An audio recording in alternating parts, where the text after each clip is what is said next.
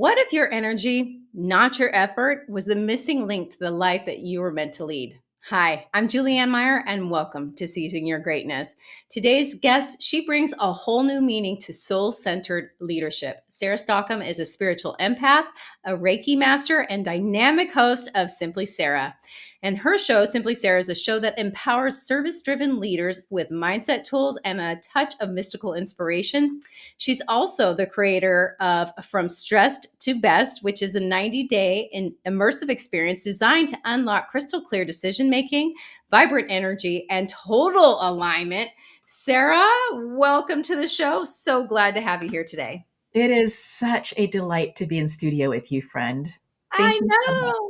Thank you. Thank you. For those that are watching and who do not know this, Sarah happens to be one of my all-time favorite people on the planet. And of course she is. She is a rock star in so many different ways. And, one of the first questions that I want to ask you about is your show, Simply Sarah, because that is one of the ways that you and I get to work together. And so, of course, I'm super proud of everything that you've created. But I'd love for you to share. So maybe if people haven't seen your show yet, what can they expect when they see it? They can expect conversations with people from around the world.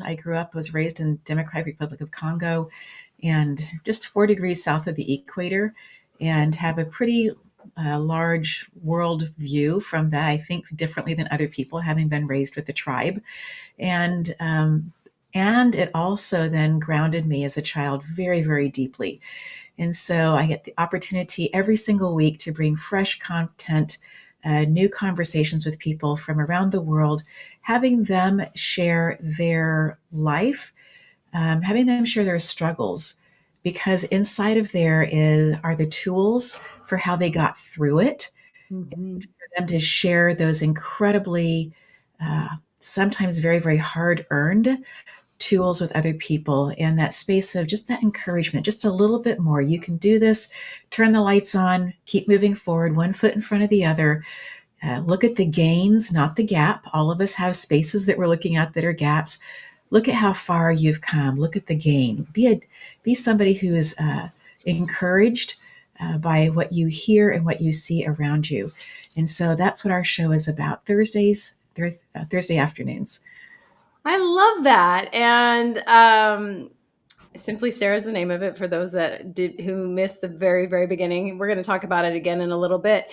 But the thing that I really like about that is that it encompasses so many aspects of you as a person, as you know, all the different things that you've done, accomplished, been, seen, experienced, all more of you than just one little baby piece. And I'm just curious, how do you keep it fresh and exciting for yourself, because you've been on for a while now? Thank you so much for asking that question. And I also just want to thank you, Julianne, for being the person who was watching what was taking place on my YouTube. And as you got your own channel, said, hey, your own network, you said, would you be interested? And for me, I come from education background, right? And so I was like, really, we're going to go into television? And yet there was a space for me to say, I'm curious enough to have a conversation with you, Julianne, and you promised to hold my hand every step of the way, and you have. I am not a techie, so if I can do this, other people also can do this. And I've totally forgotten the question that you asked about what I'm supposed to be answering. That's okay. I'm just curious how you keep it fresh. How do you keep finding new, interesting people? I mean, because I know for me with my last show, I got to the point where I was like, I need to do something slightly different because I'm no longer entertained in the way that I was before. So I'm curious how you keep it fresh. Growing up in Africa, we had a dining room table that was literally, we had a cinder block house. We were in the jungle, but it was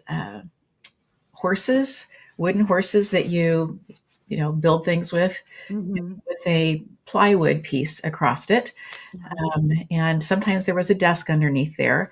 But this plywood door, was what we entertained dignitaries literally from around the world who would fly in to see what we were doing. And there was not a place around that you could say, hey, Kentucky Fried Chicken, would you please, drop off? That was not going to happen.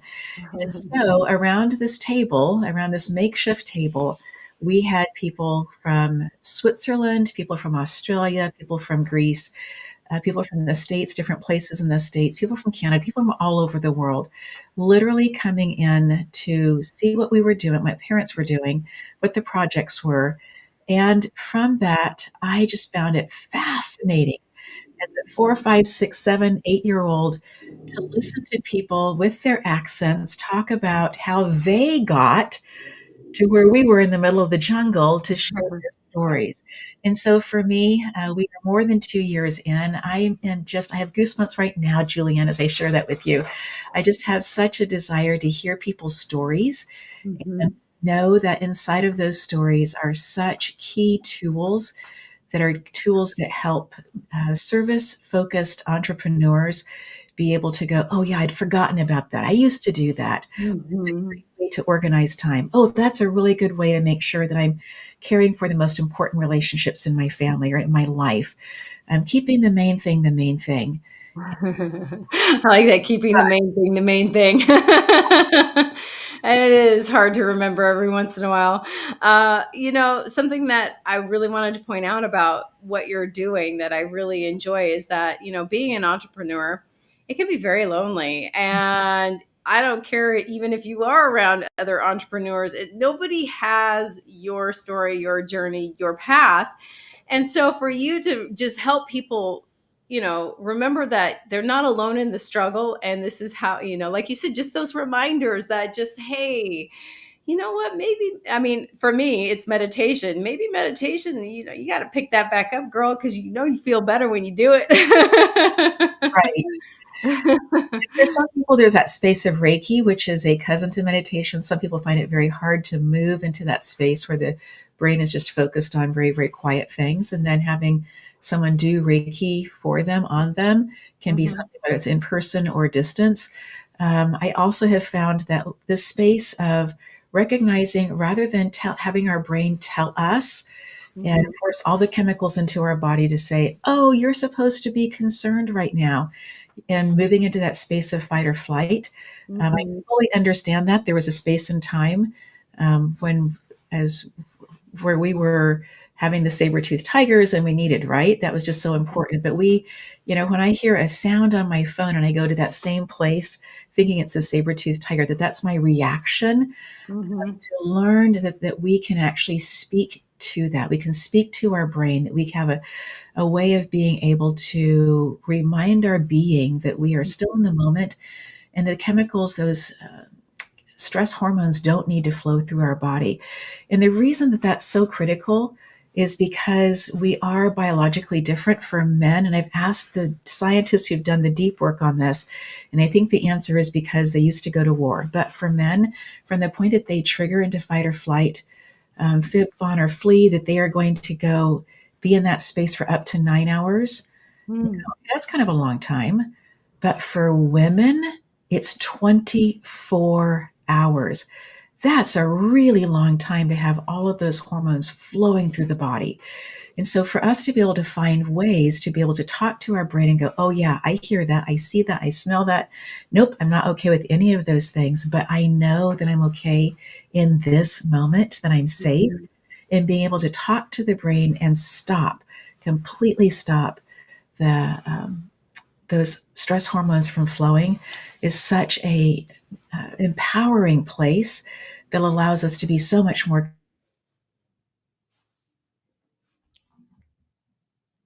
Oh, we more have. authentically who we are in tools that we talk about. Oh, I love that. I'm just wondering, like, maybe you know the answer to this, maybe you don't, but what happens when you're in that, like the chemicals have been released? Now it's 24 hours, right? Well, what if something else happens? Does it add another 24 hours onto that? That Or, is such a great question. And in fact, from the point that we trigger, we are actually more likely to trigger. So from a resting heart rate, so if you're out for a run, this doesn't count, right? Because your heart rate's Mhm, already up. But from a resting heart rate, we have 10 seconds to be able to talk to our brain to say, hey, we don't need to do this. And then if we notice that we have triggered, to keep ourselves from triggering again. And then there are things that we can do to bring ourselves back much faster, much easier. The first rush of the chemicals is the one that takes the salts, the sugars, the fats, the water, puts it into our abdominal area so that we can run away, we can fight. But everything that's been stripped has to, at some point, go back. And that's where we find when it returns at 2 o'clock in the morning and we are wide awake. That's that second point, the glucocorticoids that are moving back to where we want them to be. We want to be awake when the alarm goes off. We don't necessarily want to be awake and at 2 o'clock in the morning. And so finding ways to stop it, and if we don't stop it, to be able to change shifts, switch the gears that we're in faster to move back into a place. Those are also things that we can do. So you were absolutely right, Julianne. We don't want to be in the perpetual rat race. Yeah. It's too damaging for our physical being. We're seeing that with people who have that extra layer of fat around their gut. And if they don't handle that, or if they don't learn new ways, or if they have certain DNA that they can start to have it across their neck area, which then they call Cushing's disease, there is just so much damage. What we know is that stress is the number one contributor to dis-ease, that space of us not being in a place of ease, and that then moves into other places of difficulty for our body. And so we are here for a purpose. We are here in order to shine like crazy, the amazing, beautiful being that we are. I see us as all being instruments in this incredible celestial orchestra. And we need to be in tune. We need to know that we can play our instrument, and we need to know when to do that. And being present allows us to know when we are supposed to move forward with that, and other times when it's just good for us to listen, to be silent, and to allow someone else to shine. And so I think it's super important. I really like that. Something that made me think about it too is, that I come from a background of working in addiction recovery. Yes. And one of the things that I never really understood was, and now it makes sense to me, but it's like, when you are in early recovery, if you're expected to go to meetings and all this, and they always say, get yourself a commitment so that you'll go. And I always thought, well, that's silly. Why do I need a commitment? And then I realized, oh, it's because when I feel good, I don't go. And when I don't feel good, I go. So if I keep up the practice of going, then the odds of me staying okay Right. drastically increase. And Yeah. so I'm thinking too, like, that's why I call it like a Reiki practice or a meditation practice. It's not something, okay, I'm done. It's Right. something you just keep doing because it keeps you there and really just realigns. Is that Mhm. what you think? I do. I listen to people who have been really far down the 12-step recovery space. I can think of one person inside of my family that's been, I would say, 40 years of being really serious about how often they are in meetings. And some of those meetings have been in person, a lot of them have moved online. But finding those places to be able to say, this is where I need to show up. It's my vitamin for taking that next step forward. And I know somebody else who's at like year 46, Mhm. they choose to do a daily. And so wherever that happens to be, how that happens to be, both of these people are in positions of incredible leadership. Both of them are in spaces of impacting lives, many, many lives in the health landscape. And for them to be able to share, at least to me, Mhm. where they are in that space is just so, so powerful, which gives other people hope that I could do if addiction or whatever it happens to be is a thing that they keep stubbing their toe on and finding a way. Because I do believe that we find ways to be able to mask when we have fear or lack show up in our life. Mhm. And those emotions can drive us to places of wanting to hide uh, whatever it is that we know that we're here, or that we're discovering that we're here to be able to share with other people. And it can be easier to go into the numbing or hiding than it Mhm. is to showing up.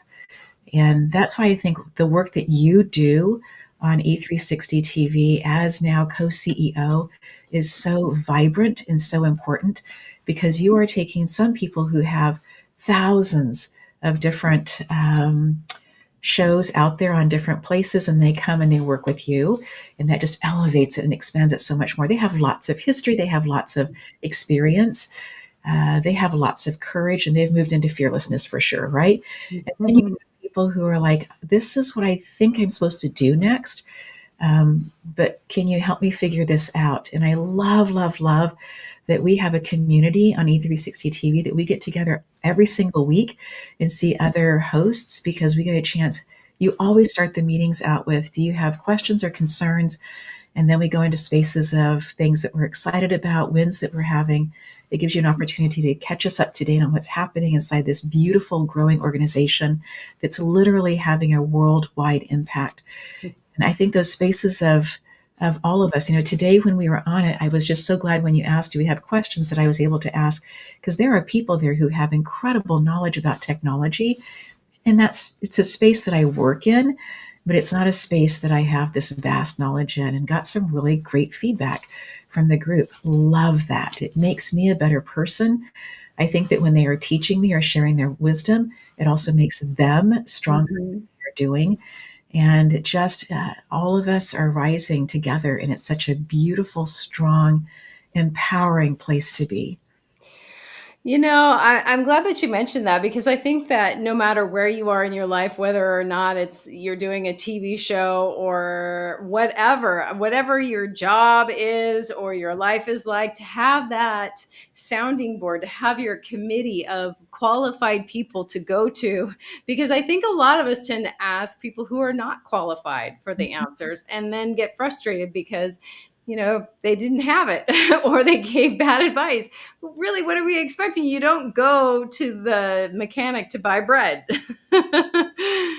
And Juliet, in that space, though, if somebody is hiding, if they are trying to numb, they Mhm. will go to somebody who is a mechanic and ask them how to make bread, Exactly.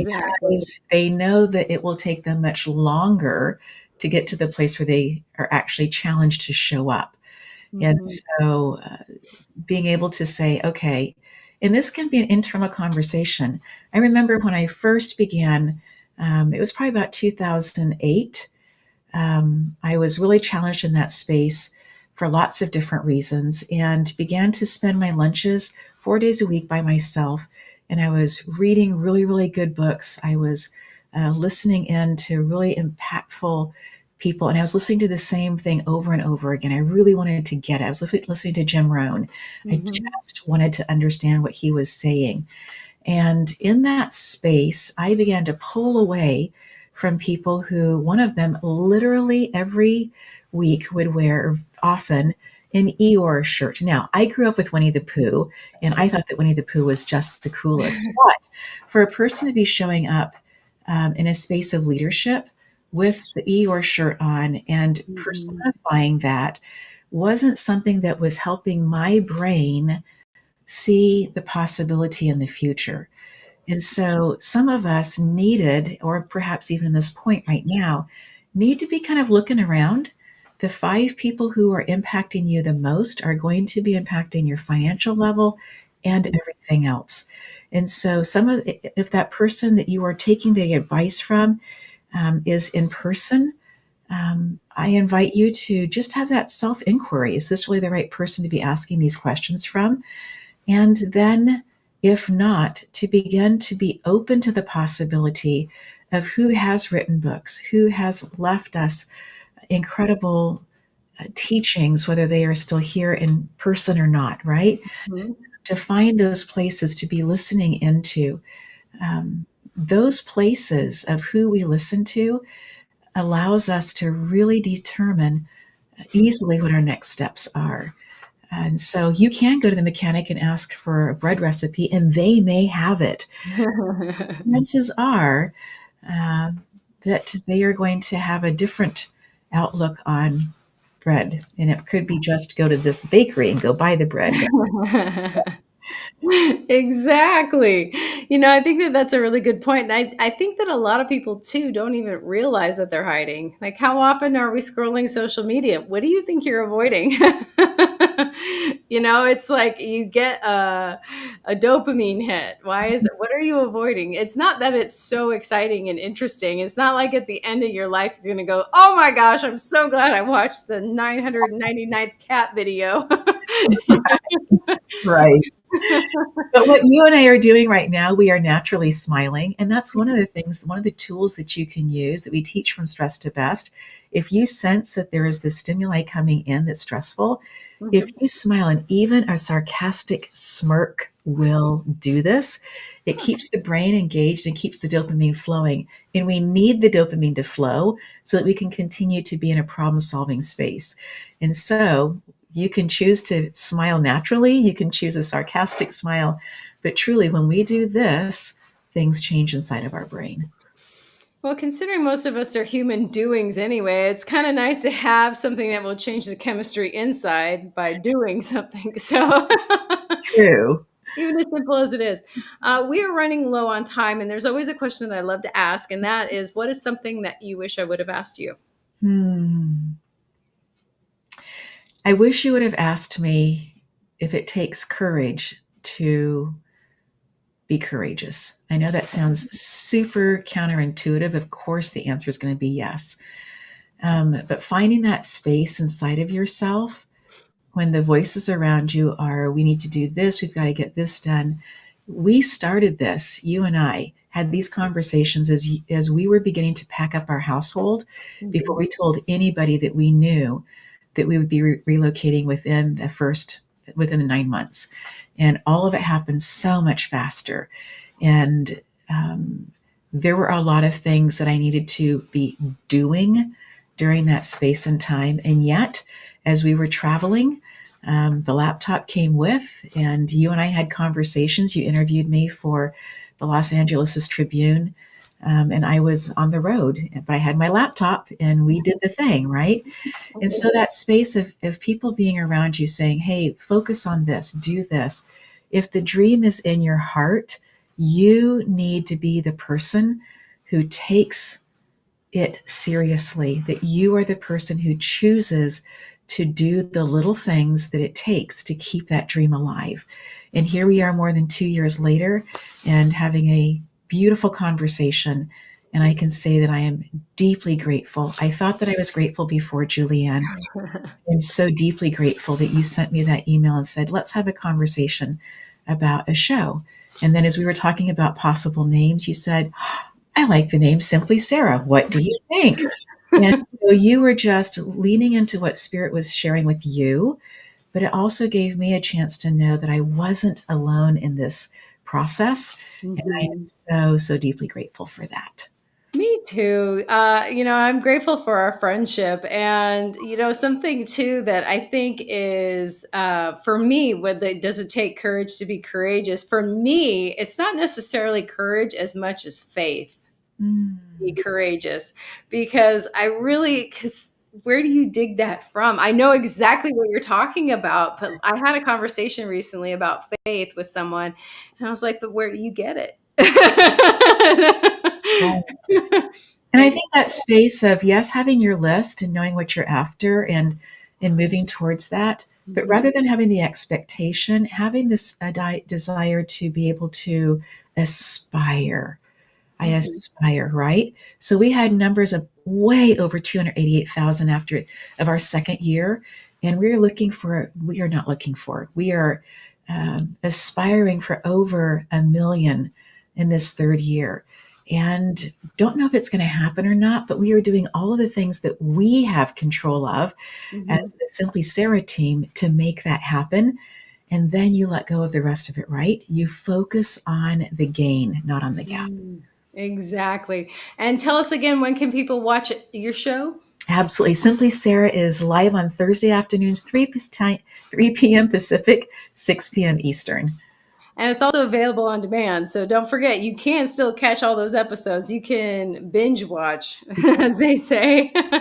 which I truly love. Sarah, I just wanted to say thank you so much for being on the show. Thank you so much for being in my life. You are one of my all-time favorite people. That's, by the way, for those that are watching, I actually say that when I'm introducing her to people. Yes, It's you not do. lip service. So anyway, I just want to say thanks for being on the show. And you are a change maker, and I am so, so grateful for you. Thank you, friend. Thank you. And everyone, that is all the time that we have for today. So enjoy the rest of your week, and we will see you again next Thursday. Bye for now.